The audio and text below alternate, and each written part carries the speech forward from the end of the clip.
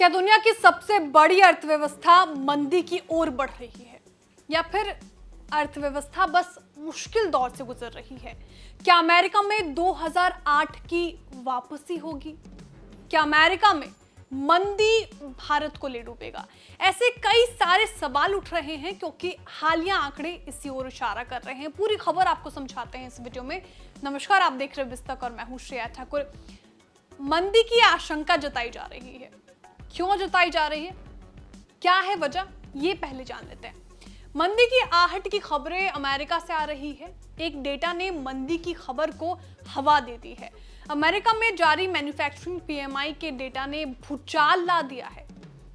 यहाँ जुलाई के मैन्युफैक्चरिंग आंकड़े की बात करें तो वो 46.8% रहा है, जो कि चिंताजनक है। मैन्युफैक्चरिंग पीएमआई 50% से कम अच्छा संकेत नहीं माना जाता है।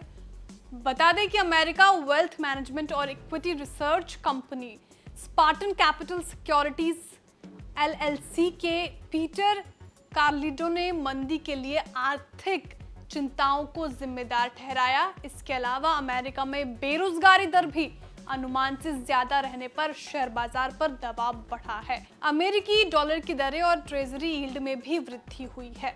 मंदी की खबर तूल पकड़ रही है। बेरोजगारी और इससे जुड़ा सैम रूल सबसे बड़ा कारण है। ये रूल कहता है कि 3 महीने की बेरोजगारी दर पिछले 12 महीने की न्यूनतम यानी मिनिमम दर से 0.5% ज्यादा है तो मंदी आती है। 1970 से ये फॉर्मूला सही साबित हुआ है, लेकिन ये रूल बनाने वाली क्लॉडिया सैम सिर्फ बेरोजगारी के आंकड़े के आधार पर मंदी की आशंका को गलत बताती हैं। उनका कहना है कि कोरोना काल के बाद हालात बदले हैं और अब ज्यादा लोग रोजगार खोज रहे हैं, इसलिए आंकड़े निराशाजनक हैं। अमेरिकी फेड रिजर्व के जेरोम पॉल का भी कहना है कि लेबर मार्केट नॉर्मल हो रहा है और उनकी हालात पर बारीक नजर है। रोजगार डेटा से पता चलता है कि जुलाई में नौकरी में कमी आई है। जुलाई में नौकरियां 1,14,000 रह गई, जो पिछले महीने 1,69,000 थी, जिससे ये चिंता पैदा हो गई कि अमेरिकी अर्थव्यवस्था मंदी की ओर बढ़ सकती है। जुलाई के आखिर में सरकारी आंकड़ों से संकेत मिलता है कि लेबर मार्केट में गिरावट मेजर तौर से कम हायरिंग के कारण है, न कि छटनी या लेऑफ्स में बढ़ोतरी के कारण। जून में हायरिंग 4 साल के अपने निचले स्तर पर आ गई। Industrials, automotive, financial services, consumer durables ऐसे संसाधनों सहित अलग अलग इंडस्ट्रीज में हुई है। तो कुल मिलाकर इन क्षेत्रों में, इन सेक्टर में हजारों नौकरियां खत्म हो सकती हैं। पिछले साल लगातार छटनी के बाद 2024 में अमेरिका और कनाडा में कंपनियों ने नौकरी में कटौती जारी रखी। मंदी की तेजी से कम होती आशंकाओं के बावजूद ये प्रवृत्ति जारी है, क्योंकि ब्याज दरों में कटौती पर फेडरल रिजर्व का रुख स्पष्ट नहीं है। 1 साल के लिए यूएस फेडरल रिजर्व ने बेंचमार्क उधारी लागत यानी बोरोइंग कॉस्ट को 5.5% से लेकर 5.50% के 23 साल के शिखर पर बनाए रखा है और कुछ एनालिस्ट्स को चिंता है कि लंबे समय तक टाइट मॉनेटरी पॉलिसी अर्थव्यवस्था को मंदी की ओर धकेल सकती है।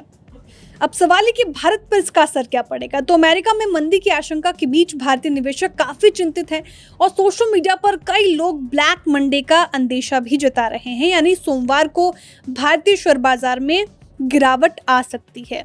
स्वस्तिका इन्वेस्टमार्ट लिमिटेड में रिसर्च हेड का कहना है कि इस हफ्ते सारा दारोमदार ग्लोबल बाजारों पर ही रहेगा। उनका कहना है कि दुनिया भर के बाजार काफी लंबे समय से स्थिर रहे, लेकिन अब उनमें कमजोरी के कुछ संकेत दिख रहे हैं। ये भारतीय बाजार की मजबूती का इम्तिहान भी होगा, जो बेहतर लिक्विडिटी के चलते अभी तक जुझारू बना हुआ है। अब देखने वाली बात यह होगी कि क्या अमेरिका में मंदी का संकट गहराएगा और इसका असर भारत पे क्या पड़ेगा। आपको ये जानकारी कैसी लगी कमेंट करके जरूर बताएं। वीडियो को लाइक करें, चैनल को सब्सक्राइब करें और देखते रहिए बिस्तक आपके लिए लाया है प्रीमियम मेंबरशिप प्रोग्राम, जहां आपको मिलेंगे कई सारे फायदे, जिनमें मार्केट न्यूज़लेटर, लाइव चैट पर आपके सवालों के सबसे पहले जवाब, मार्केट आउटलुक, वीकेंड पर मार्केट स्कैन, एंकर्स के साथ चैट और भी बहुत कुछ। इस प्रीमियम सब्सक्रिप्शन में 3 तरह के प्लान हैं, सिल्वर, गोल्ड और प्लैटिनम, जिनकी शुरुआत मात्र 159 रुपए महीने से होती है। इससे जुड़ना भी बेहद आसान है। बिस्तक के YouTube चैनल पर जाएं, ज्वाइन बटन पर क्लिक करें और अपना प्लान सिलेक्ट करें। बस बन गए आप हमारे प्रीमियम मेंबर।